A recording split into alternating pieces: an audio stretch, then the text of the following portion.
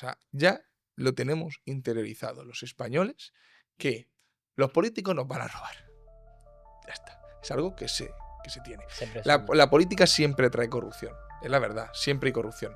Pero lo que estamos viendo estos últimos años es una barbaridad, porque el Tribunal Constitucional, que debería llamarse Tribunal Prostitucional, porque es una vergüenza lo de esa gentuza, ha indultado a esta gente. Le ha quitado, le ha dicho, ha condenado al olvido lo que pasó allí. Robaron 800 millones de euros destinados a los parados andaluces. Esta mujer salió diciendo que no conocía que existía un sistema de alertas, el S-Alert. Pero vamos a ver, trozo de carne. Y lo dice sin ningún tipo de vergüenza. Y aún así costó que a esta tía la echara a Amazon. Otro inútil que tiene que dimitir, porque ha sido un mal gestor. Si esto no cambia, si la tendencia no se invierte en 10 o 15 años, pues Europa será un lugar precioso para visitar, para ir de vacaciones, para que los chinos vengan y se hagan fotos, que los japoneses tal y que los estadounidenses también, y ya está.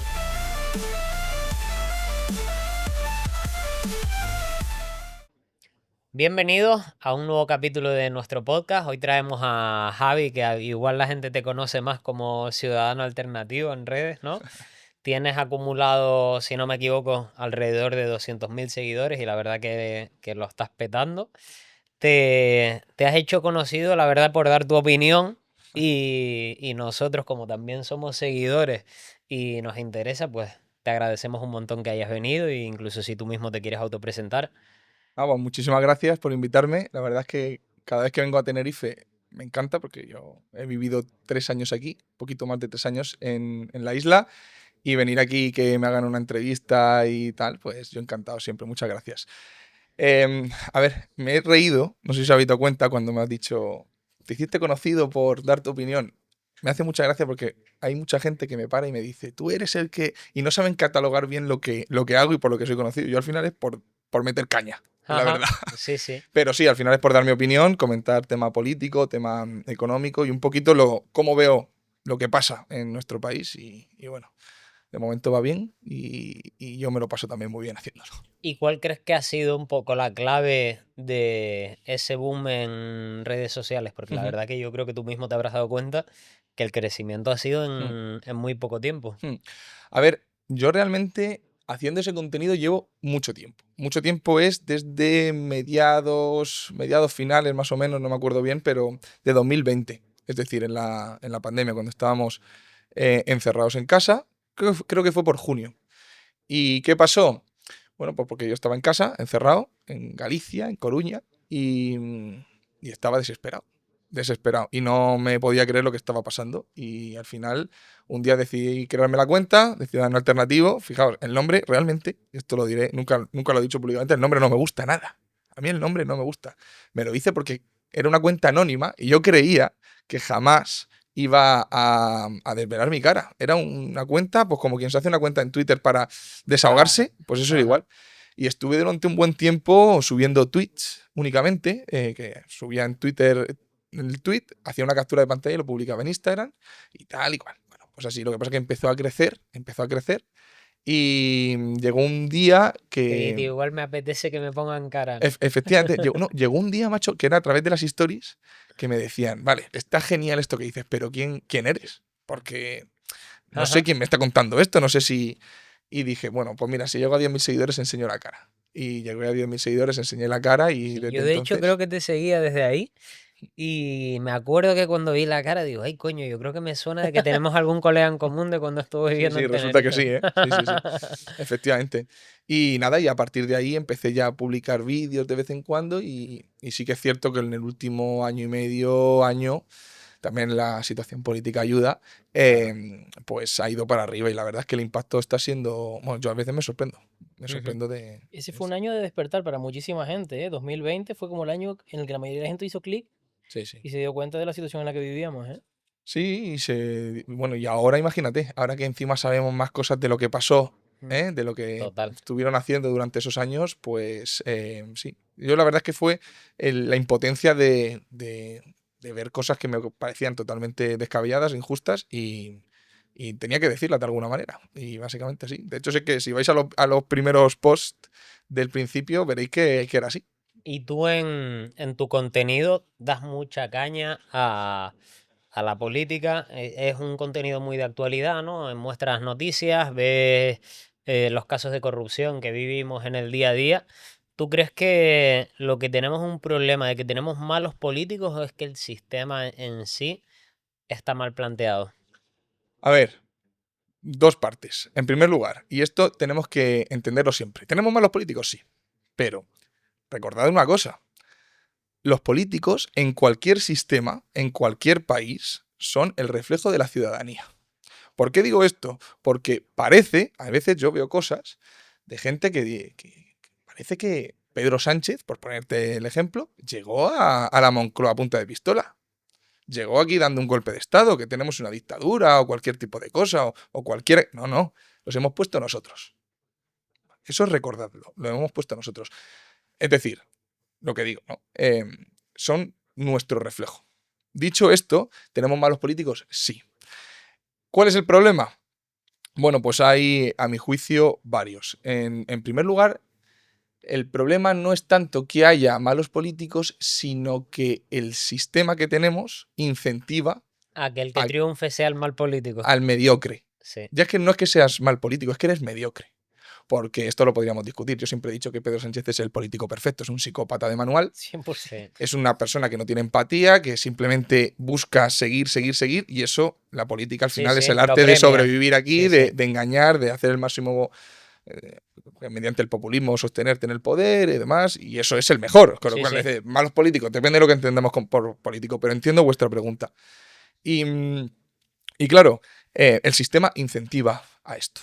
Es la verdad. Al final nosotros tenemos un sistema partitocrático en el que al final los partidos políticos se han convertido en agencias de comunicación financiadas por dinero público, en el que aleja a la persona honrada, exitosa y demás. Incluso está mal pagado. La política está mal pagada. Siempre lo he dicho, que un ministro de Economía no puede cobrar 80.000 euros. Estamos locos, ¿no? Pero, entonces, ¿a dónde vas? Que, claro, quizá un gran empresario que podría ser un buen ministro no aceptaría ese nivel de exposición, ese nivel de responsabilidad por ese, ya no solamente sueldo, sino por esa presión, etcétera. Y al final está incentivado a que el fiel al partido y no fiel al ciudadano sea el que triunfe. El que llega.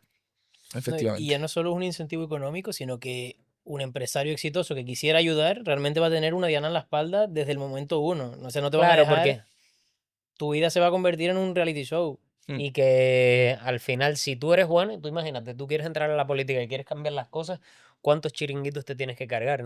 Yo creo que es que no te van a dejar directamente, aunque vayas con buenas ideas. A ver, es que para llegar a lo alto o para triunfar tienes que pasar por muchas fases que la gente no toleraría. La gente que no está interesada en mandar, en ordenar, en controlar la vida del resto, ¿no? Y efectivamente, eso es una de las razones por las que expulsa a gente de la política. Yo siempre he dicho que creo en la política de pueblo. Es decir, fuera partidos, fuera ideologías, yo lo que creo es en la política del alcalde que conoce al ciudadano y que está fiscalizado por él y que lo atiende, la política cercana, efectivamente. Ahora, de la política reality show, de que esta gentuza que está en las instituciones parezcan estrellas del rock, de que la gente esté absolutamente fanatizada dentro del partido y fuera, ese tipo de política es vomitiva. Y fuera peor todavía, porque mira, el que está dentro del partido tiene un incentivo, pero el que está fuera... No, es que viven totalmente lobotomizados, son fanáticos, son fans. Es que cada vez que veo algún clip de típica entrevista que ves por la calle, eso es mentira, Sí. es un bulo. Pero y pasa en todos lados. Yo siempre lo he dicho, en Madrid, Isabel Díaz Ayuso es una estrella. Luego podemos tener más diferencias con ellas. Es una estrella. Yo la he visto un par de veces en Madrid. Y Ayuso causa sensación allá por donde va. Y la gente se le tira a pedirle fotos y demás. Y pasa con Pedro Sánchez y pasa con la mayoría de números uno, ¿no? De los partidos. Con Abascal pasa lo mismo. La gente es fanática del político. Y yo siempre digo que con distancia. Yo conozco a políticos, he hablado con ellos, con algunos me llevo bien, otros no me pueden ni ver. No soy como... Hay una frase que dice Fernando Díaz Villanueva, que dice que al político hay que mirarlo con desprecio. Yo así no soy, no llego a ese punto, pero ojo, que yo quizás, me hago una foto con Zidane. Y que quizás deberíamos romper esa barrera que al final no debería de dejar de ser un empleado más. Porque al final el político no deja de... Debería trabajar para ti, en el sentido de servicio, ¿no? Ya no es que debería trabajar para ti, es que debería tener un nivel de pulcritud mucho más alto que el que simplemente pasa lo legal. ¿A dónde voy con esto? Un político, aunque esté en su derecho de pegarse una comilona de 3.000 euros con sus amigos, porque está en su derecho, su dinero, puede hacerlo perfectamente, como podríamos hacerlo nosotros hoy. Exacto. No debe hacerlo. Dice Javi, pero es que, claro que, ¿por qué? Es que no tiene derecho. Para mí sí tiene derecho, por supuesto, pero es que no debe hacerlo. Tiene que ser pulcro, totalmente pulcro. Fíjate que yo para eso sí que... Yo también discrepo ahí. Sí, y yo en ese sentido soy de tú en tu vida privada, haz lo que te dé la gana, siempre y cuando en lo que es tu papel como político no falles ni media. Vale, y una pregunta, ¿os parecía bien Ábalos aquí en Canarias yéndose de putas? No, pero, ¿no, verdad? No me parece buena persona. O sea, no me parece buena persona. Eres un ministro. Exacto, me parece mal. Claro, pero no podemos comparar eso con irte a comer una comilona de 3.000 Bueno, pero euros. es que eso va con la comilona de antes. O sea, yo quiero decir... Iba a ser un chiste, pero... No, pero yo lo entiendo. O sea, yo lo entiendo. Es decir, oye, no está haciendo nada ilegal, que haga lo que quiera con su tiempo. Cuando estés fuera de la política, macho. De verdad, o sea, simplemente por respeto al ciudadano, por respeto que al que te ha votado, a lo mejor viene de Tacoronte, no tiene un duro y es una persona súper humilde y que no puedes comportarte como... Que no puedes, sí. Que no puedes, no debería ser así. Y aunque estés en tu derecho, sea legal y todo lo que quieras, pero para mí creo que deberían ser mucho más pulcros de lo que son. Me gustaría, fíjate que yo soy súper... No voy a decir antiestado en general, pero obviamente recortaría el poder del Estado a la mínima expresión. Pero en ese sentido digo, mira, la política no es un mundo en el que me gustaría entrar. Si entrara iría con buenas ideas. Me molestaría que se fiscalizara cualquier cosa de mi vida privada, en plan que se juzgara con ese. Ahora, tendría que cumplir con todo lo que digo, intentar mirar por el ciudadano, en el sentido de si yo veo que tengo un político que lo está haciendo súper bien, que ha conseguido que paguemos menos impuestos, que con menos impuestos tengo más servicios, o sea, que mejora en eficiencia. Mira, si un día te fuiste de fiesta y te vieron un poco perjudicado, no me importa. Ahora, si encima de que lo estás haciendo mal, te veo eso, me duele el triple, ¿no? Sí. No, aquí... Son opiniones. No, claro, que es que cada uno puede hacer lo que quiera, pero a mí me parece, bueno, pues eso, la responsabilidad que tienen es demasiado grande. Y sobre todo cuando son gente, joder, que encima son referentes para gente. No me lo explico, pero es la verdad. Estáis todo el día en la televisión, estáis todo el día... vivís muy bien.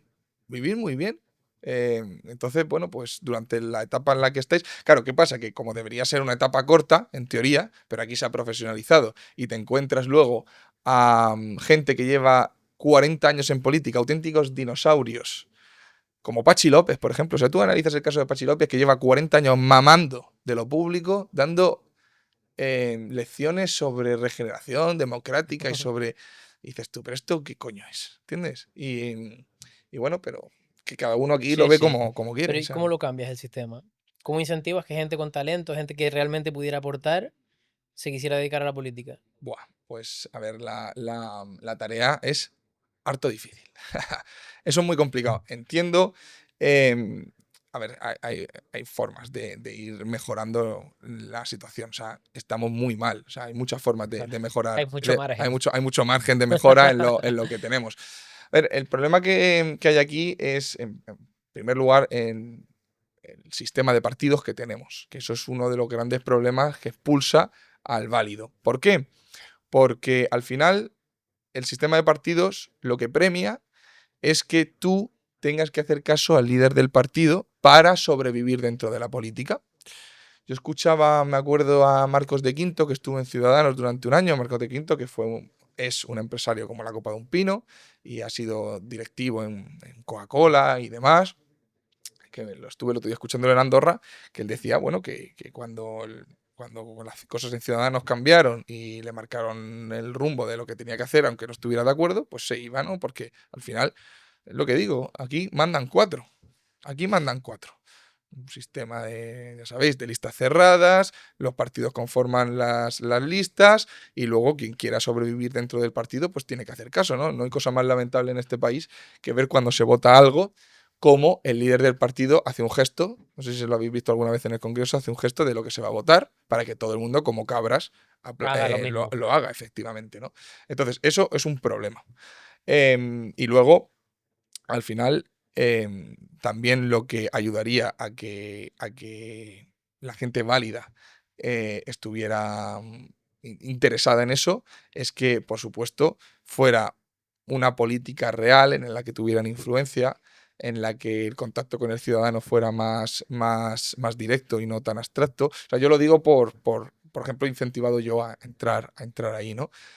Incluso tendría que estar mejor pagado la política para que un directivo entre en una empresa. O sea, quiero decir, Marcos de Quinto no quiero imaginarme el dinero que tuvo que estar perdiendo por dejárselo todo, porque se lo dejó todo para entrar en política. Que al final un diputado cobra 4.000, 5.000 euros al mes, que dices, es un dinero, ¿no? Un eurodiputado, 10.000, 12.000. Claro, es muy alto, yo siempre digo, eso es el salario muy alto para una persona que no ha dado un palo al agua en su vida, no tiene trabajo, no tiene ni oficio ni beneficio y es, pues me entendéis, ¿no? Un lumpen. Joder, claro. 5.000 euros al mes. Vamos, ¿quién lo pillara? Irene Montero viviendo el sueño. Efectivamente, ¿quién lo pillara, no? Pero luego para un tío de Marcos de Quinto, 5.000 euros, no sé cómo decirte, pero que eso no es dinero para él. Claro. Eso no es dinero para él. Claro.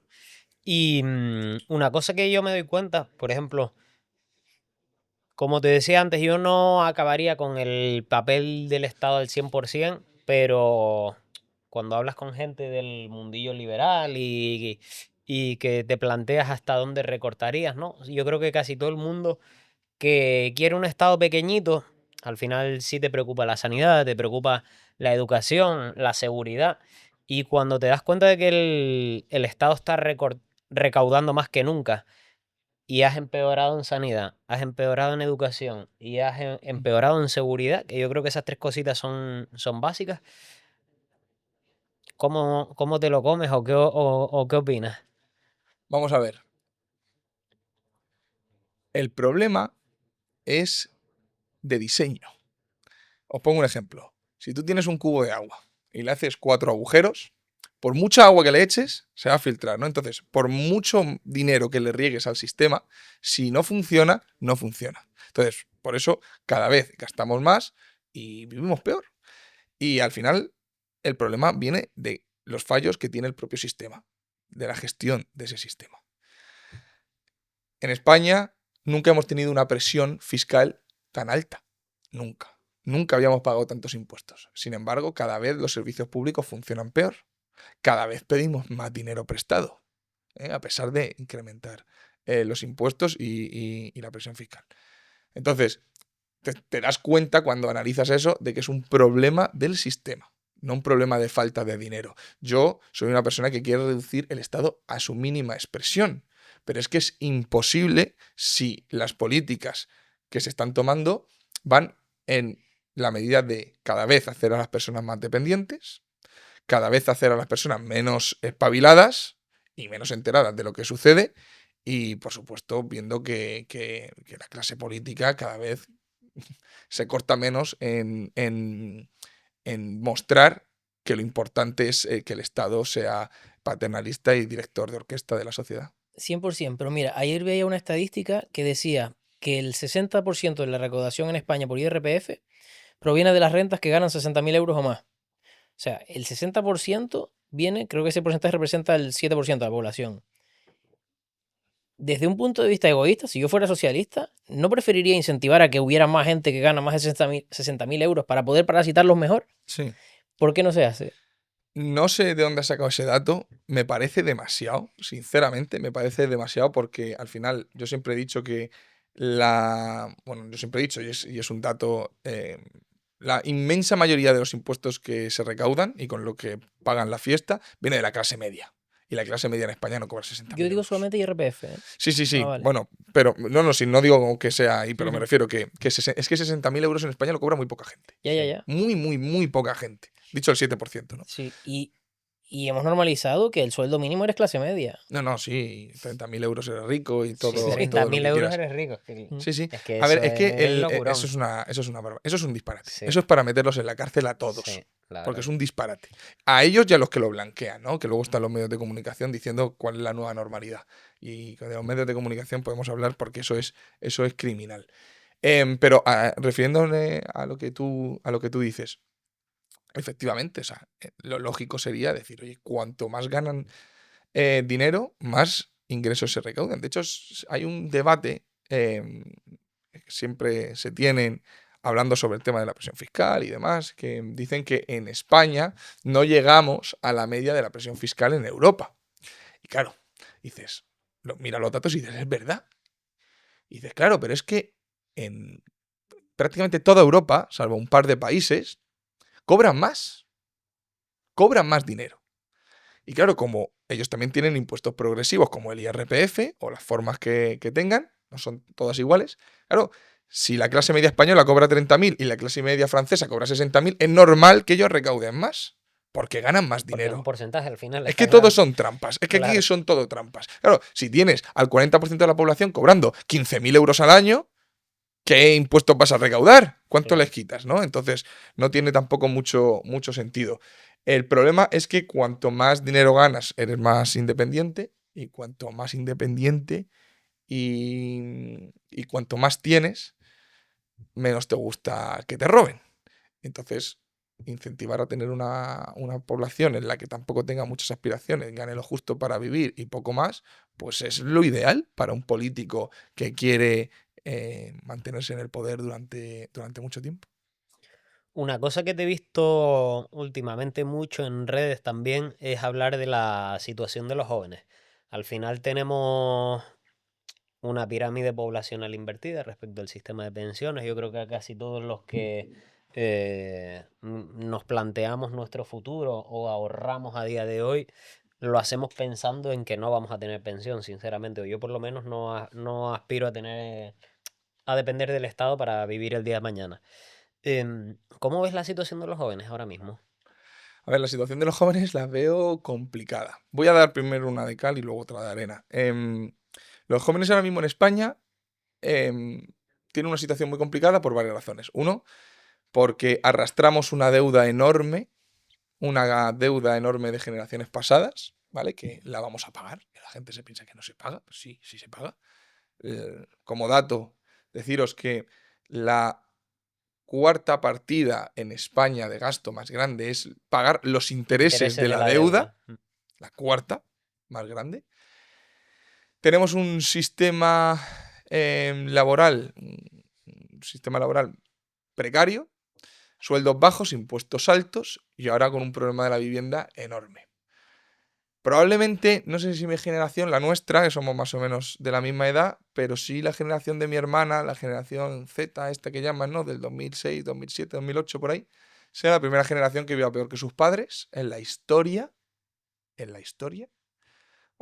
Quizando alguna guerra, a lo mejor históricamente ha pasado, pero en cauces naturales, la primera de la historia, y es un problema enorme. ¿Qué pasa? Que si enlazando con el tema de las pensiones es ya la guinda del pastel. ¿Por qué? Porque yo sí que creo que va a haber pensión, o sea, pensión puede haber, la historia es que sirva para que pueda vivir con ella. Ese es el kit de la cuestión, ¿no? Hoy en día hay pensiones que son de 1.000 euros. Con 1.000 euros, ¿qué haces? ¿Dónde vives? No. Y claro, son 1.000 euros, pero la inmensa mayoría de los pensionistas tienen propiedades y tal. Pero es que ahora la gente se independiza con suerte con los 33, 34 años. No sé cuál será la media, pero vamos, que todos somos jóvenes, tenemos amigos y lo vemos, ¿no? Y entonces la situación es complicada. La de arena, que somos jóvenes. Es decir, yo veo aquí en la oficina que habéis montado un negocio, los dos hermanos y demás, con una unos cuantos, y estáis, joder, gastando un día de trabajo en aprender, en escucharme, el fin de semana que viene tendréis a otra persona, estáis aquí levantando el proyecto, estamos hablando de empresas, es decir, es la única manera de salir. Entonces, ¿quién está condenado absolutamente? Bueno, pues quien no tiene interés, ¿vale? Quien no tiene constancia, quien no tiene responsabilidad y quien, bueno, básicamente se piensa que alguien proveerá, ¿no? Como antes decía, Dios proveerá, el Estado proveerá, ¿no? Pues quien crea que es eso tiene un problema muy grande, porque la bomba de relojería de las pensiones es algo que para mí es el mayor problema que tenemos en España, sin ningún tipo de duda, al menos problema económico. El mayor problema que tenemos, la gente no es consciente del riesgo que estamos corriendo con eso, porque estamos creando, o sea, estamos sosteniendo un sistema que no funciona de base, no puede funcionar, es imposible. Y que además creo que la gente no termina de entender, porque la gente se cree que esto es un sistema de capitalización, que ellos van aportando, que el gobierno lo va invirtiendo y cuando se jubilen te lo van dando, ¿no? No tienen idea, no tienen idea. No. Yo me sorprendí, incluso con mi propia comunidad. Al final, la inmensa mayoría de la gente que me sigue, pues comulga más o menos con las ideas, se interesa y tal. Y yo cuando escribí mi libro, que el último capítulo lo destino a explicar el tema de las pensiones. Todo el mundo corriendo a comprarlo, ¿eh? El sistema y la madre que la parió, se llama el sistema. Y yo al final lo cuento con historias. Y en ese capítulo, que me encantó escribirlo porque era una conversación con mi abuelo en el que de hace tiempo y que al final le preguntaba sobre cómo funcionaba esto y tal. Y la gente cuando se dio cuenta de un ejemplo concreto, alucinaba. No todos, ¿no? Pero recibí mensajes y digo, joder, es cierto que hay mucha gente que no lo entiende, que es normal. O sea, tú en España solamente puedes entender cómo funciona el sistema de pensiones si gastas tiempo en que te lo enseñen. Porque en el colegio, en la universidad, no te lo enseñan. Nadie. Nadie. O sea, la gente que sabe, yo las cosas que sé, son porque me he esforzado en aprenderlas, en documentártelas, o he tenido conversaciones que he ido aprendiendo. Si no, de la inmensa mayoría de las cosas de las que hoy vamos a hablar, estamos hablando, o de las que yo comento en redes, no las sabes. Pero cuando te digo ninguna es ninguna. Y es alucinante. Y lo mismo con las inversiones, lo mismo con la empresa. Mira, los dos hicimos la carrera económica, OADE. Cada semana o cada mes me entero de una cosa nueva que yo considero que debería haber sabido porque debería haberlo aprendido en la carrera. Se supone que la carrera va enfocada a que tú te prepares para cuando tengas una empresa. Mira, el otro día, por ejemplo, ahora estamos organizando la cena de Navidad. Pues yo no sabía que si la hago 2 años seguidos es un derecho adquirido y ya no la puedo quitar. ¿Por qué no lo sé? Si he estudiado la carrera para esto. Pero que además, o sea, yo creo que lo hemos hablado un montón de veces, que la carrera se llama Administración y Dirección de Empresas. Y sale siendo un becario justito con unas bases de lo que es un poquito de contabilidad, un poquito de fiscalidad. No hay prácticas. Pero no tienes ni idea de hacer ni tu propia declaración, ni tu propia contabilidad, ni de cómo es el sistema de contratación, ni de la seguridad social del empleado, es que no tienes ni idea de nada. No hace falta que te vayas a de administración, que yo estudio ingeniería y yo no sabía hacer la O con un canuto al salir. Tampoco que fuera un tío muy buen estudiante, es la verdad, pero que no sabía hacer la O con un canuto. Eso yo también me apunto, tampoco era demasiado. Bueno, es la verdad, pero es que como tampoco te incentivan a esto, claro. O sea, yo siempre lo digo, salí de ingeniería mecánica por la tan honradísima Universidad Carlos III de Madrid sin saber utilizar Excel bien. Y dices tú, ¿cómo coño puede ser que salgas de la carrera sin utilizar bien Excel? Pues sí, es la realidad. Y que ahí está mi título, ¿eh? Lo pueden comprobar que lo tengo. ¿Vale? Y que he trabajado en la empresa privada durante muchos años y he aprendido a través de ahí, ¿no? Y entonces te das cuenta de que da igual la carrera que cojas, que no te enseña, no te sirve, no te sirve. Para la realidad que tenemos ahora, por lo menos. Luego también en tus redes, bueno, yo casi que me meto en Instagram y como es lo que me gusta y lo que sigo, cada 2x3 estás viendo noticias y lo que hizo uno, lo que hizo el otro. Y tanto de un partido como del otro. Ahora está gobernando uno. Cuando estaba gobernando el otro, pues también salían casos, ¿no? Entonces te das cuenta de que desde Los Eres, el caso de Tito Berni, ahora que sí, la familia de Pedro Sánchez, todo, cada día sale una cosa nueva y hay cero consecuencias. ¿No te da la sensación de que cada vez toleramos más? Como que a mí me da la sensación de que si esto todo lo que está pasando ahora pasa hace 15 años, yo creo que la gente los echa, no sé, me da a mí la sensación, igual no es así, pero me da que ha sido todo tan progresivo de, a ver, esto lo aguantan, vamos un poquito más, esto lo aguantan, que digo, vivimos en cero consecuencias, ¿no? Hay una frase que me gusta mucho, no sé quién la dijo, de hace bastantes años, que es: la saturación de escándalos acaba provocando la indiferencia ante los mismos. Y es lo que está pasando. O sea, hoy en día tenemos tanto escándalo, cada día una exclusiva, cada día una barbaridad. Perdona que te digas que me viene. El otro día le vi a alguien hacer el paralelismo con el capítulo de Los Simpsons, que se ve que tiene tantos virus Sí, que no pueden pasar. que no pasa nada porque se equilibran. Pues es lo mismo. Efectivamente, es eso. Con el tema de la corrupción es tremendo. Y la corrupción, mira, el problema que hay, el mayor caso de corrupción que yo estoy viendo es la normalización ante esa corrupción. O sea, ya lo tenemos interiorizado los españoles, que los políticos nos van a robar. Ya está. Es algo que se tiene. La política siempre trae corrupción, es la verdad, siempre hay corrupción. Pero lo que estamos viendo estos últimos años es una barbaridad. ¿Por qué? Porque no solamente pensemos en la corrupción en dinero, en gente que nos roba, sino la corrupción moral. Hay un caso concreto en España que nos enteramos, todos somos conscientes, y me parece de las mayores barbaridades que se han hecho en la historia de este país, que no es otro que cuando estábamos encerrados en casa, nos dijeron que se estaban tomando decisiones porque había un comité de expertos tomándolas. Luego se demostró que ese comité de expertos no existía, que eran 4 tomando decisiones. Eso es una barbaridad. Mucho más que cuando este sale roba, este se gasta el dinero en putas, en coca o lo que fuera. No, eso es lo peor. La corrupción moral es alucinante y la tenemos totalmente aceptada. Y luego está, por supuesto, la corrupción tradicional, que es una barbaridad. Un estudio, no me acuerdo exactamente el nombre, pero era de un profesor aquí español que documentó los casos de corrupción que habían habido entre el año 2000 y 2020 en España y salían uno cada 2 días de todos los partidos políticos. 3.400 y pico casos de corrupción. Es una absoluta salvajada. O sea, estamos totalmente inmersos en esta corrupción, lo tenemos asumido y hay como te digo, han movido la ventana de Overton de tal manera que ya das por hecho que eso va a pasar. Entonces lo que suplicas es que no te roben mucho o que bueno, incluso la gente que vota sus partidos, ¿no? Dice, ya, el discurso ya no pasa en cuanto a si has robado o no, sino quién ha robado más. ¿Quién me roba? No, o quién me roba, prefiero que me roben. Para esto dice, prefiero que me roben los unos pero gestionan mejor la economía, o prefiero que me roben los otros porque dan más derechos sociales y tal. Entonces, bueno, pues así, pues ya me contarás qué hacemos. Que ya me contarás. Es que no se puede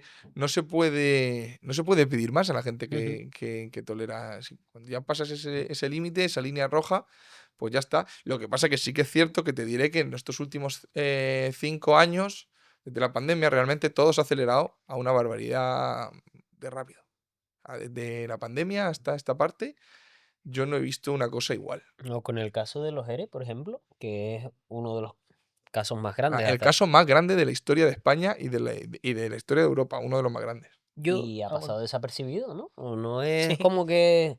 Yo creo que si le pregunto a 10 personas qué ha pasado, no tienen ni idea. Vamos a ver, si el otro día estuvo el caso estuvo el Congreso del Partido Socialista y aplaudieron a los condenados, que el Tribunal Constitucional, que debería llamarse Tribunal Prostitucional, porque es una vergüenza lo de esa gentuza, ha indultado a esta gente. Le ha quitado, le ha dicho, ha condenado al olvido lo que pasó allí. Robaron 800 millones de euros destinados a los parados andaluces.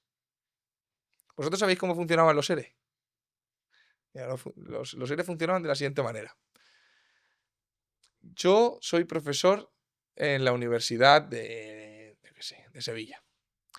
Y entonces me dicen que hay una un curso que dar a los parados andaluces de Huelva, ¿vale? A los parados de Huelva vamos a dar un curso para que les ayuden a introducirse en el mercado laboral. Y entonces tú aceptas, recibes remuneración por ello y tal. Yo me planto en Huelva y de pronto estoy preparando lo que voy a decir y veo que hay 40 personas aquí. 40 personas en la lista, me refiero, ¿no? ¿Estás viendo? Va, perfecto. Llegas al día siguiente y te encontrabas a 3. ¿Dónde están los otros 37? Pues este no ha podido trabajar, este se ha ido tal, este no podía, este su madre enferma, la moto, el del otro y tal. Se pagaba cada curso por todos los que iban. ¿Y dónde estaban esos 37? Trabajando en el campo. ¿O no existían? Así, 400.000 formas así durante años y años y años y años y años y años. Y yo he hablado con no voy a decir el nombre, pero hablé con el dueño de un restaurante en Sevilla, uno que está cerquita del Parlamento andaluz. Es que para que veáis cómo actúa la mafia. O sea, es que esto es alucinante. Él me decía, Javi, aquí venían, en un restaurante que estaba bien, era bueno. Aquí venían los de aquí y venían con toda la panda y venga whisky, venga cigalas, venga tal, cual. Y cuando llegaba la hora de pagar, me daban un cheque a cargo de la Consejería de Educación de Almería. Que yo tardaba en cobrarlo 3 meses o 4. Venían al día siguiente y me lo pedían con la Consejería de Cultura de Cádiz. Hasta que un día se me hincha a mí los cojones y digo, aquí me pagáis con tarjeta. Sí, perfecto. Pago con tarjeta, religiosamente, y a las 2 semanas tiene una inspección de sanidad, le pillaron unas sardinas más pequeñas de las que tal y le metieron una multa de 15.000 euros. Es que es una mafia, ¿eh? Es que es una mafia extorsionando. Así funciona la mafia. Y funciona así. Y funciona así. Y así han arruinado negocios y tal. Lo de Andalucía ha sido un escándalo. Un escándalo. Un escándalo. Ha gobernado el PSOE más tiempo en Andalucía que Franco. Échale cojones, ¿eh? Yo de todas formas tengo una teoría de por qué la gente no sale a la calle a protestar o por qué... Digamos que tú separas a la población en 2 tipos de personas. El que le vale con sobrevivir y ahora mismo está encantado, ¿no? No tiene que hacer absolutamente nada porque entre paguitas, subvenciones, chiringuitos, paro, no sé qué, estos están encantados. Y luego está pues el sector jóvenes, emprendedores, claro, que son los que deberían salir a protestar. Pero esa gente al final son los que tienen la capacidad de adaptarse a las circunstancias. Yo, por ejemplo, yo no voto porque a mí me da igual lo que salga. Si sale alguien y hace algo que yo no quiero, pues ya me adaptaré yo para no tener que estar sometido a lo que me impongan, ¿no? Y por eso creo que no nos estamos... Al final también me da la sensación de que a veces estamos tan liados con el trabajo incluso que dices, y ahora voy a estar movilizándome para ir a esta manifestación y no sé qué, si mañana tengo que entregar, hablar con 4 clientes, presentarle 3 presupuestos, cerrar esta documentación y es que me da esa sensación también. Yo voy un poco más por esa línea. Seamos sinceros. Quien puede acampar 20 días en la Plaza del Sol es un lumpen. Es la verdad. Quien puede tirarse 20 días se puede permitir. Mi cuñado me dice siempre, son demasiado ricos, o sea, hay gente que es demasiado rica que se puede permitir ser ¿cómo se llama? Activista, ¿no? Y es la verdad. O sea, esa gente que se puede tirar. ¿Vosotros os podéis tirar 20 días acampando ahí en la calle Castillo? ¿Os podríais tirar 20 días ahí? Pero si fuera la inversa, si tú la medida que tomas es, vale, pues no hay para las pensiones se bajan a la mitad. Verías cómo se te llena la plaza. Claro, bueno, sí, no, claro, obviamente, pero porque ya ahí le estás quitando la comida directamente porque no van a cobrar, entonces así que lo tienen todo perdido. Pero de la otra manera también te lo están quitando, porque si yo te subo la cuota autónoma como se ha subido este año, al final me lo estás robando también. Sí, pero es que si el panadero se manifiesta, no hace pan y no come. O sea, quiero decir... tienes que producir para sobrevivir tú. Al otro al final le mantienen y te mantengo menos, claro, digamos. Vamos a ver, ¿por qué los sindicatos pueden liarla cada 2 por 3? ¿Por qué? Porque cobran de lo público. ¿Por qué pueden liarla en las empresas los liberados sindicales? Pues porque pueden. O sea, su trabajo es eso. Claro. O sea, son liberados sindicales, no hace falta que trabajen, cobran dinero. Esos tienen tiempo para liarla. Claro. Y es así. O sea, al final en España quien mueve las cosas muchas veces han sido esta parte de la población que puede permitirse hacerlo. ¿Por qué hay tanto lío o por qué cuesta tanto quitarle algo a los funcionarios? Porque si un funcionario se va 4 días del trabajo, échalo. No puedes, cuesta mucho. En cambio, a vosotros, un empleado vuestro lleva 4 días sin trabajar y ¿qué hacéis? Lo quitáis de en medio. Es así, ¿no? Bueno, pues ahí es donde va. Obviamente, es cierto, yo puedo entender que hay una parte de pasotismo, por así decirlo, en la gente bueno, no me gusta decir derecha, pero sí, ¿no? Esa parte que ya tiene asumido ciertas cosas y no sale a manifestarse. O la parte, yo tampoco voto. Y me manifiesto. Hombre, me juego la cara todos los días en las redes sociales. Es cierto que siempre se queja, dice, y aquí seguimos poniendo tweets, ¿no? Que me dicen, está muy bien el vídeo, pero organízanos y llévanos a Ferraz. que me lo escribe la gente. Y yo te digo una cosa, cada uno hace lo que puede. Yo creo que me juego la cara todos los días en las redes sociales, quejándome y señalando y demás y tal. Pero no menospreciéis tampoco el hecho de quejarse, manifestarse o dar la batalla en las redes sociales, porque es el nuevo campo de juego, es la realidad. Y al final un vídeo mío puede que no te queme un contenedor, pero sí que puede que haga cambiar de opinión a la gente. Se empieza a cuestionar. Efectivamente, entonces, o sea, el tema de salir a la calle, creo que hay que hacerlo. Creo que cuando se generó el movimiento ese que hubo en Ferraz, que yo estuve allí desde el primer minuto y demás, hasta que se convirtió en una banda de frikis, lo que había en Ferraz, porque la verdad, se convirtió en eso, y lo intentaron politizar y por eso yo desaparecí de ahí, pero que no lo menospreciemos porque al final yo sé que tiene impacto. Sé que lo sé 100% porque sí, porque lo noto y porque mucha gente se siente amparada por alguien. O sea, a mí la inmensa mayoría de la gente que me para por la calle, y aquí me ha pasado en Tenerife estos días, son gente simplemente, oye, Javi, gracias por lo que estás haciendo porque nos das voz a muchos. Pues ya es algo, ¿sabes? Es algo. También para sumarnos a todos los problemas, porque vemos lo de la corrupción, vemos el desequilibrio del sistema de pensiones y ahora nos vemos que a nivel europeo hay una serie de políticas migratorias o quizás vemos la situación de Suecia, de Francia y vemos que en España también no sabemos cómo gestionar la inmigración o yo creo que no estamos sabiendo cómo gestionarlo.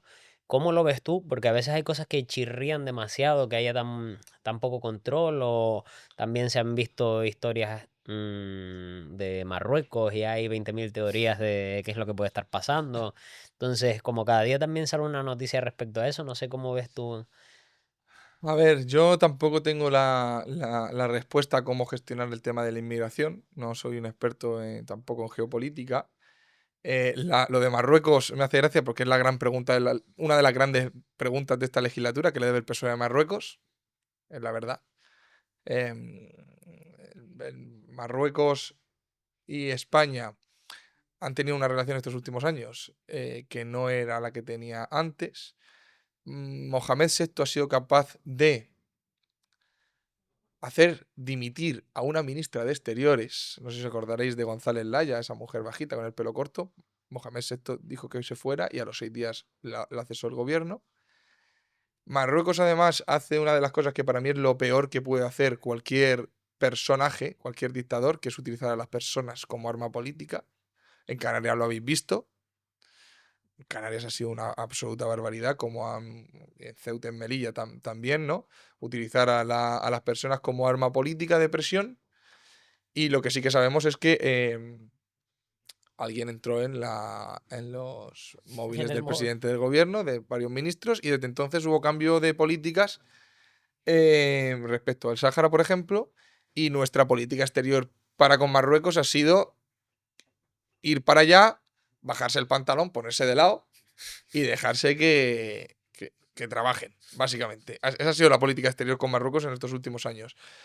A nivel migratorio, a nivel europeo, hay un problema. Es evidente, quien lo niegue, que se pase por aquí, por la laguna, que es lo único que he visto. Y yo viví aquí del año 2013 al año 2006 y el cambio es abismal. Y a nivel europeo es que se están generando guetos. Increíble. Yo ahora estaba pensando también, donde yo vivo, ¿Dónde vives tú? yo vivo en Bajamar y de camino a Bajamar tienes que pasar por un centro de inmigrantes que está en las canteras. La gente se manifiesta y pone pintadas. Al día siguiente pasas y ya están limpias las pintadas. O sea, no te dejan ni siquiera expresarte. Sí, hay hay un miedo a quedar como un racista o como lo que quieras por decir que hay algo aquí que no cuadra. Yo siempre lo he dicho, aquí en Canarias, y sobre todo en Gran Canaria, te iba a decir en el Hierro, pero es que allí ya, no es que no creo que sean ya minoría directamente, entonces, pero yo creo que en Gran Canaria, como esto siga si no lo controlen, va a haber un estallido social que flipas. Yo, acordaros de lo que digo, y aquí en Tenerife acabará pasando que va a haber un estallido social porque la gente va a acabar hasta los cojones y se va a liar la mundial ahí. Se va a liar la mundial. Y parece que es lo que quieren, como se está liando ya en otros sitios de Europa. Es que nosotros tenemos, no sé si llamarlo suerte o qué es, que nosotros estamos mucho mejor que la inmensa mayoría de Europa, porque aunque nosotros seamos una fuente de entrada, la inmensa mayoría que entra en España se quiere ir para arriba. Sí. Eso es lo que pasa y por eso estamos como estamos. Si no, estaríamos igual. No, lo que pasa es que hay sitios... Francia, Bélgica, Suecia, que lo hablaban antes. Sí. Tú lo ves hace 10 años, lo ves ahora y son dos países diferentes. Aquí además la gente va a ser más consciente dentro de 5 o 10 años. ¿Por qué? Porque yo creo que dentro de nada va a crearse un partido árabe en España. Como ya pasó en Ceuta. Y que al final la gente también lo magnifica, porque yo creo que a la gente que nos preocupa, no estás diciendo tampoco, al final lo que estás diciendo es que se tiene que controlar quién entra. O sea, a mí me parece que cualquier persona que lo vea desde fuera, sin juzgar, sin decir, oye, este es, este es otra cosa. O sea, al final yo creo que la preocupación es, no sabes quién entra, te tiene que preocupar. Yo pienso desde mi punto de vista, y creo que es algo lógico que la gente sepa. Lo que pasa es que hoy en día cuesta decir cosas que son obvias y que al final los choques de cultura pues existen y es así. Es que es la realidad. Es que no es lo mismo que venga a España una persona de Cuba a que venga una persona de Etiopía. Es que es la realidad. Es la realidad. Entonces, yo no tengo la solución ni tengo... de hecho, yo en mis ideas liberales, libertarias, yo siempre he creído que las políticas de fronteras deberían ser fronteras abiertas, que todo el mundo tiene la capacidad de tal. Lo que pasa es que vivo en el mundo real, ¿vale? O sea, yo no creo que nadie debería decirle a nadie dónde quiere vivir. Claro. Debería haber una libertad absoluta en esto. Lo que pasa es que es cierto que si tú abres... de hecho, yo hace unos años, cuando trabajaba en unas empresas, una multinacional, nos llevaron a una... Ya, esto es un... ¿Cómo se llama? ¿No? Estos que sales con la oficina a un evento que te organiza la empresa y tal. Y me acuerdo que había, es que no me acuerdo cómo se llama, era el exdirector del CNI en la época de Aznar. Y me acuerdo que le hice una pregunta y me dijo sobre el tema de las fronteras y me dijo, tenemos estudiado que si España eliminara las fronteras, en una semana entran 3,5 millones de personas a España. 3,5 millones de personas, era su estimación. Entonces, vives en una realidad, yo soy de Murcia. Y yo he visto lo que ha pasado en Murcia también durante estos años. En Murcia, Almería, eso es una barbaridad. Es una barbaridad. Y los choques culturales que hay y demás. Entonces, negar esto es evidente. Yo no tengo la solución de cómo arreglar el problema, pero lo que es evidente e indiscutible es que lo hay. Y lo que hay que empieza empezar a ver, a planteárselo. Y yo al final creo que todos tenemos amigos venezolanos, cubanos, incluso que colaboramos y trabajan directamente con nosotros. Tengo amigos marroquíes, tengo amigos de todos lados. Y, o sea, no es vetar por una nacionalidad o nada determinado. Es quién viene, qué haces y qué vienes a hacer. Mira, Fin, ya está. te digo una cosa que muchas veces cuando la digo causa controversia. Sí. No aplica el tema de la inmigración, pero para que veáis la importancia de las culturas, ¿vale? Y por qué las fronteras a mí... tengo ese cacao mental, ¿vale? Aquí en Venezuela, en Santa Cruz, está lleno de venezolanos. 100%. 100%. O sea, mis abuelos emigraron a Venezuela. La inmensa mayoría de canarios que conozco tienen ascendencia venezolana. Sí. Pero bueno, olvídate de Venezuela, cualquier país de Sudamérica. Un andaluz o un murciano tiene más en común con cualquier país de Sudamérica, de Hispanoamérica, que con un vasco. Es la realidad. O que con un asturiano y con un gallego. Aunque las fronteras y de nuestro país sean las que son, culturalmente tienen un carácter un más... canario con un catalán o con un navarro, con uno de Logroño, tiene mucho más diferencia que con cualquier país, Uruguay, Argentina, Perú, Ecuador, Venezuela, Bolivia, cualquiera. Entonces, y no pasa nada. Un vasco tiene más en común con un francés que con un gaditano. Es que es así, es que es la realidad, porque te lo marca pues las raíces culturales que tienen, ¿no? Entonces, que no es un... O sea, no hay que hacer un drama, no hay que hacer un drama y son cosas que tienen lógica y cualquiera que se lo planteas y te das cuenta que hasta con sus fiestas regionales y con el idioma y con el acento tienen más en común con un sitio que está a 8.000 kilómetros y que no tienen nada que ver ni comparten ni siquiera moneda que con un compatriota con el que compartes todo, absolutamente, ¿no? Entonces, no pasa nada por decir ese tipo de cosas y ya está. Y sobre todo, que es a mí lo que me toca las narices, que es que no se puede hablar de estos temas. Claro, es que me da igual. Yo os he dicho antes, yo no sé. Hay algunas cosas que no las sé. Os te puedo dar la opinión así, incluso un poco de cuñado, y ya está. Pero que no se pueda hablar del tema, vamos, a mí es que eso es con lo que yo no puedo, ¿sabes? O sea, que no se pueda ni siquiera plantear porque te tanches de cualquier cosa. No, eso no, chico. Eso no. Y que antes de caer en eso, hazme una contraargumentación y dime, pues yo pienso esto y ya está, y lo hablamos tan tranquilos, ¿no? Efectivamente. Y con todo esto que vemos, porque ya no nos vamos solo a nivel España, sino que me da que directamente el continente está avanzando en la dirección correcta, porque tú ves, Asia va a arrasar, a ser el centro de la economía mundial. Sí, ya está claro que ya el tablero de juego no es entre Europa y Estados Unidos, ahora es Estados Unidos y Asia. Estados Unidos se ve que está planteando cambios, no sé si mejor o peor, pero sé que tienen intención de seguir siendo los número uno mundiales. Asia va a seguir avanzando en productividad porque a nivel costes, mano de obra, estrategia, van a un ritmo imparable. Y me da que en Europa, como evolucionamos quizás a un ritmo más rápido en el pasado, como que ya nos hemos acomodado y nos hemos dedicado a preocuparnos por cosas que no son tan importantes. Y veo que a largo plazo nos vamos a quedar atrás 100%, dependientes de productos de otros países, sin una industria que genere nada ni nos la compre nadie. No sé, ¿cómo lo ves tú de aquí a un futuro? A ver, Europa está jugando al ajedrez con fichas de dominó. No se entera ni por dónde le da el aire. Obsesionada con burocratizar todo, con regular todo y con una obsesión por unas políticas verdes utópicas que ya rozan el desquicio absoluto. Esa es la realidad de Europa hoy en día. Y es triste, es triste. Si esto no cambia, si la tendencia no se invierte en 10 o 15 años, pues Europa será un lugar precioso para visitar, para ir de vacaciones, para que los chinos vengan y se hagan fotos, que los japoneses tal y que los estadounidenses también.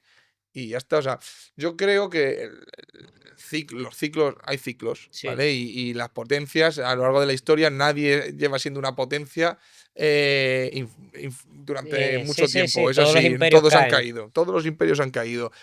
Ahora vemos un poco el declive de Estados Unidos, que no sé yo si está en declive o no. Ni tampoco creo que China sea lo más grande que pueda haber, ¿no? Pero es cierto que esas cosas pasan, ¿no? Y Europa pues se le ha ido totalmente la cabeza. Y a mí cuando hablamos de Europa, yo más que hablar de la decadencia de Occidente, que por supuesto la tiene y tal, me gusta más enfocar en el hecho de veremos a ver lo que dura la Unión. Porque cada vez hay más movimientos unionistas en Europa. Yo lo entiendo, yo veo un fracaso Es que se han equivocado. Es que lo que era una idea muy buena, ese nacimiento de Europa como un sitio de libre comercio, de unión, de prosperidad, de libertad y demás, poco a poco se ha ido destruyendo y cada vez hay menos países que tienen incentivos por estar. A mí, si antes hablábamos de la política del pueblo, que es lo único que yo respeto y por lo que abogo, imaginad de lo que pienso de la política europea. O sea, es que eso habría que destruirlo, ¿no? Lo que sí que es cierto es que, pues, nos guste o no, gracias a Dios, nosotros no tenemos la autonomía monetaria.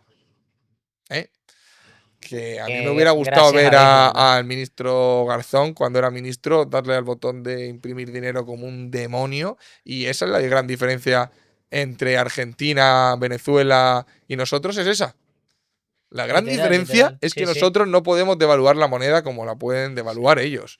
Y gracias a Dios que tenemos eso. Entonces, depende un poco. Ahora, nosotros ahora mismo no somos autónomos de nada. Fíjate, cuando estalló la guerra de Rusia, la poderosísima Alemania tenía los huevos aquí. Porque Rusia era capaz de cerrar una tubería y mandarlo todo a tomar por culo. Es que ¿a dónde vamos? ¿A dónde vamos así? ¿A dónde vamos así? La salida de la Unión Europea de Reino Unido me pareció inteligente, lo que pasa es que no les ha salido bien. Lo han hecho como el culo, lo han hecho todo mal. O sea, yo pero la lógica, que al principio digo, ¿qué disparate les va a salir mal? Y con el tiempo he dicho... Joder. No, pero no. O sea, esta gente... Pero tienen muchos problemas, ¿eh? O sea, no lo han sabido hacer tampoco bien y demás. Pero bueno, el caso es que está en riesgo el tema de la unión. Y está en riesgo una cosa que es cierta, que es que están empezando a salir partidos políticos muy escorados a la derecha. Y cuando hablo de la derecha es que tienen un tinte, no todos, no todos, pero tienen un tinte nacionalista. Y el nacionalismo, en todos sus colores, desde el nacionalismo vasco al nacionalismo español, entiéndeme, el nacionalismo llevado al extremo, el nacionalismo es un cáncer. Y a mí por esto me dan también muchos palos. El nacionalismo, de todos los colores, es un cáncer, es la raíz de los problemas de casi todo. El estar tan apegado a lo que es tu bandera, tu tierra y tal. Yo puedo entender que sientas orgullo de tu país. Otra cosa es que se te vaya a la cabeza. Claro. Y creer que el Estado es lo mismo que la nación y que se te empiece a ir la perola, ¿no? Y están empezando a pasar ese tipo de movimientos en varios países y ya veremos a ver qué ocurre. Y que quizás despiertan en contraposición de... No, en polarización. O sea, ahora mismo estamos más polarizados que nunca. En España y en Europa. Y en Estados Unidos. En Estados Unidos, por ejemplo, está pasando eso. Hay un radicalismo que hacía muchos años que no se veía. Y en España ni te cuento, en España la autocensura que nos hacemos a nosotros, bueno, lo que es la autocensura, viene por evitar conflictos. Y pasa, pasa. Cada vez se pueden hablar de menos cosas por el hecho de que acaban en peleas y porque la gente está muy crispada. Y eso pasa aquí y pasa en Europa. Y por problemas tanto de inmigración como de que cada vez somos más pobres, que es la realidad. Que cada vez hay más desigualdad, cada vez hay menos libertad y eso provoca crispación en la ciudadanía y no hay cosa peor que la crispación en la ciudadanía porque mantiene tenso a todo el mundo. Y por ir acabando un poquito, ¿cómo viviste tú todo el tema reciente en Valencia con el tema de la Dana? Mira, y perdona que me ría porque es que he visto cada barbaridad que me hace hasta gracia. O sea, hasta gracia de perder la cabeza. Si os digo que a mí me han escrito alcaldes de Murcia porque no eran capaces de colocar trailers de ayuda del descontrol que había y que he tenido que ayudar a gestionar a fundaciones de allí poniendo en contacto unos con otros desde mi casa con el teléfono móvil del caos que había, de que la gente no tenía para beber agua 48 horas después de lo que ocurrió.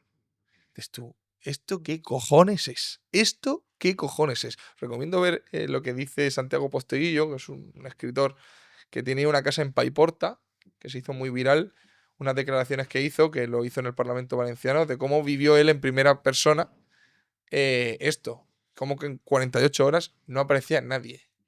Que seguía viendo a los muertos en la calle. ¿Pero cómo es posible? Eso es un disparate. Una cosa es que tú seas incompetente. Es que esto es el siguiente nivel de la incompetencia. No, es que te la peles, sinceramente. O sea, es que aquí se ha dado una batalla por el relato muy importante. O sea, para empezar, para mí hay un antes y un después de lo que ocurre en el destrozo, ¿no?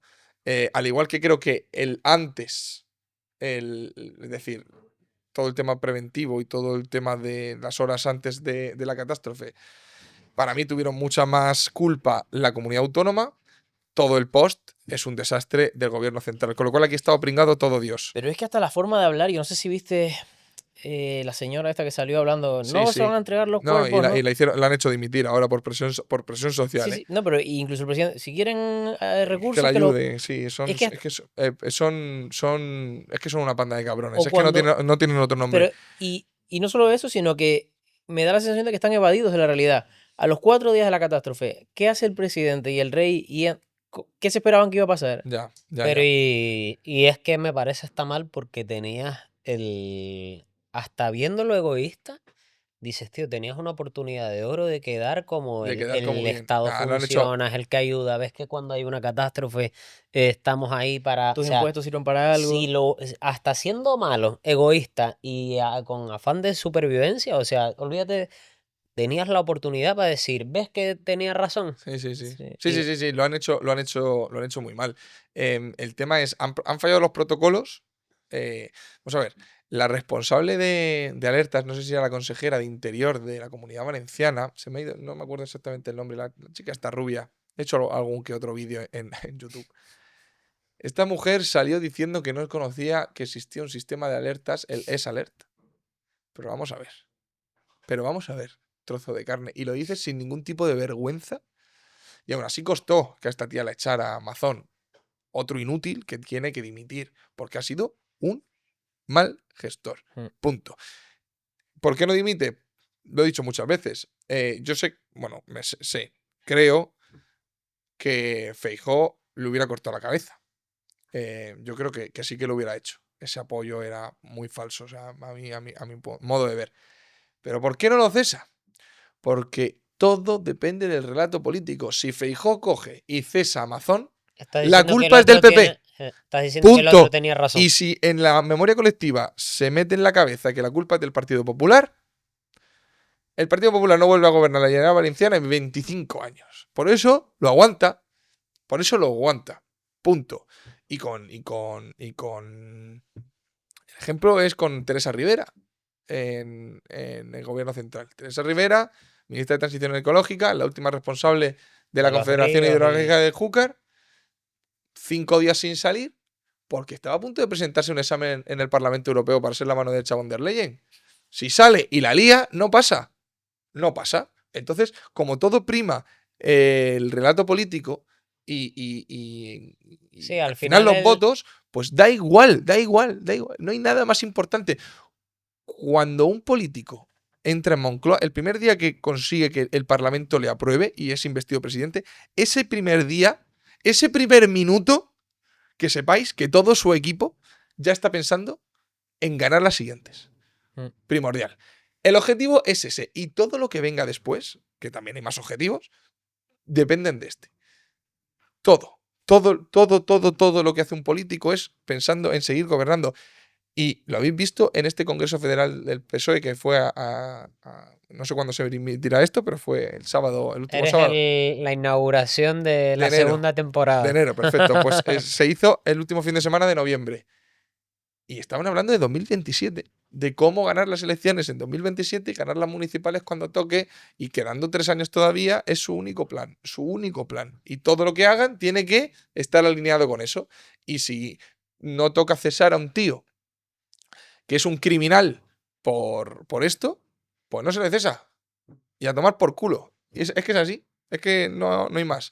Y la DAN ha demostrado la flaqueza del sistema, ha demostrado que el Estado no está en la última instancia, ya lo demostró os recuerdo que hay una isla aquí al lado que hace unos años tuvo algo muy gordo también. Es cierto que no murió tanta gente. No sé cuánta gente murió. Sé que alguno creo que falleció, pero no fue el desastre que ha sido.